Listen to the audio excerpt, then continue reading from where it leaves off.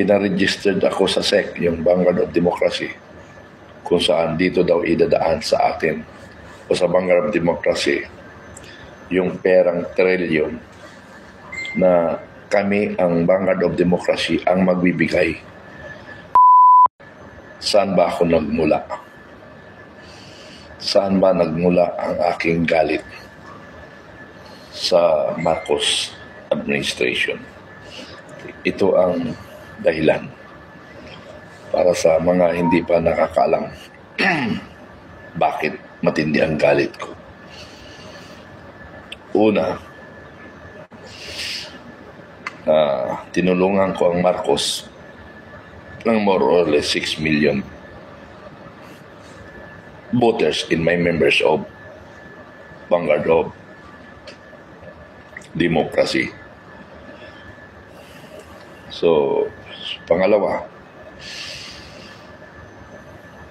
pinag-submit kami ng program of expenses through General Samonte. How many times ako nag-submit? 3 times. Tapos walang nangyari. So, iniisip ng mga kasama ko, ibinulsa ko ang pera. So, yun ang masaklap.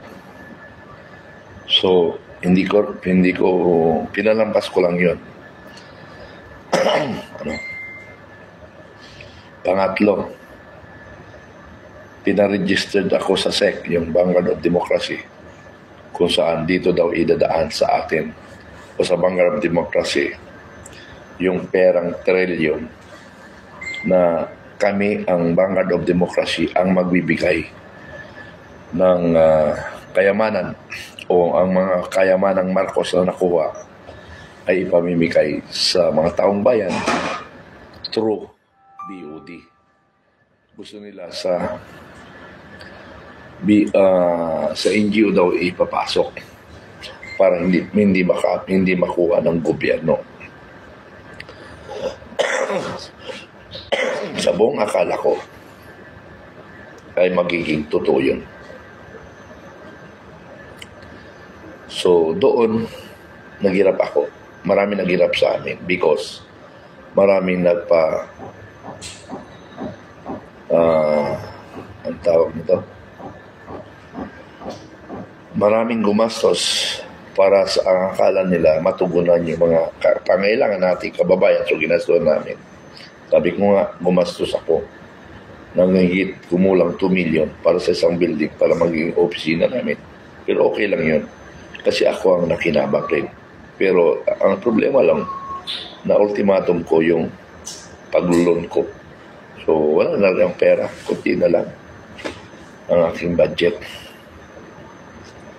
So ibang kasama ko, yun ang masaklap, hindi nila bawi yung kanilang perang isinala.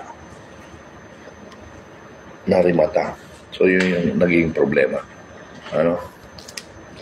So ang pang-apat na kinagagalit ko, mayroon tayong Pangulo, pero iba naman ang papatakbo ng ating bayan. Yun ang masaklap. Yun ang masaklap. Presidente nga siya, pero iba ang nagpapatakbo. Ang nagpapatakbo, yung hindi binoto ng taong bayan. Si First Lady. At ang pangalawa, yung boto na may 300,000 lamang, more or less, at nanalong congressman, ito ay si Romualdez.